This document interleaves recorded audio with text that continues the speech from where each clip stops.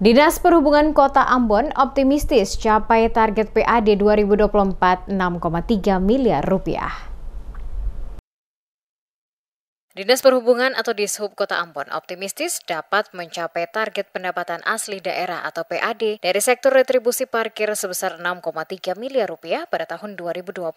Kepala Dinas Perhubungan Kota Ambon Yan Suitela mengatakan bahwa hingga pekan ini pendapatan retribusi parkir telah mencapai 5,7 miliar rupiah atau 90% dari target. Ia yakin target akhir tahun sebesar 6,3 miliar rupiah dapat tercapai. Sebelumnya, target PAD dari retribusi parkir ditetapkan sebesar 8,5 miliar rupiah sesuai Perda. Namun sejak September 2024, wilayah parkir di kawasan Pasar Mardika tidak lagi diberlakukan. Hal ini menyebabkan revisi target mencapai 6,3 miliar rupiah. Untuk tahun 2025, Dishub masih akan menerapkan sistem lelang kawasan perparkiran. Namun beberapa kawasan parkir akan dievaluasi, mengingat dari total 35 kawasan, beberapa sudah tidak lagi memberikan kontribusi terhadap PAD. Suitela menambahkan bahwa sistem pungutan retribusi parkir pada tahun 2025 masih akan dilakukan melalui pihak ketiga, dengan metode yang sama seperti sebelumnya. Tarif parkir progresif untuk kendaraan roda 4 dan roda 6 tetap berlaku, terutama di 5 zona integritas sesuai perwali yang mengatur perubahan tarif.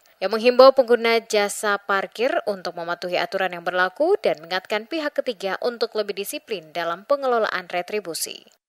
Target PAD 2024 dari perparkiran itu kan penetapan bedanya kan 8,5. Tapi ada perubahan karena dari itu 1 September kan kawasan Pasar Mardika kan sudah bukan dikaji sebagai perparkiran, sehingga pasti yang tercapai kalau sikol jumlah itu. Sehingga kalau ada revisi targetnya sekitar 6,3.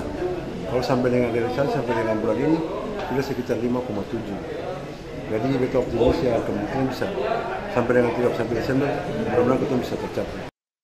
Dalam upaya menciptakan lingkungan lalu lintas yang tertib dan nyaman, Dishub aktif melakukan penertiban terhadap parkir liar. Operasi ini difokuskan pada jalan-jalan utama di pusat kota seperti Jalan Aipati, Samaratulangi, dan Yosudarso. Ia menegaskan pihaknya melakukan razia untuk memastikan ketertiban khususnya pada angkutan umum dan barang, serta kendaraan yang parkir liar. Ia menambahkan bahwa sesuai Undang-Undang Nomor 22 Tahun 2009 tentang lalu lintas dan angkutan jalan, kendaraan dilarang parkir di jalan nasional dan provinsi. Parkir hanya diizinkan di pinggir jalan yang berstatus jalan kota dan telah ditetapkan melalui keputusan wali kota. Tindakan tegas seperti teguran hingga penindakan akan diberikan kepada pelanggar aturan parkir. Hal ini diharapkan dapat mendukung program Pemkot Ambon dalam menciptakan lalu lintas yang lancar dan lingkungan yang nyaman bagi masyarakat.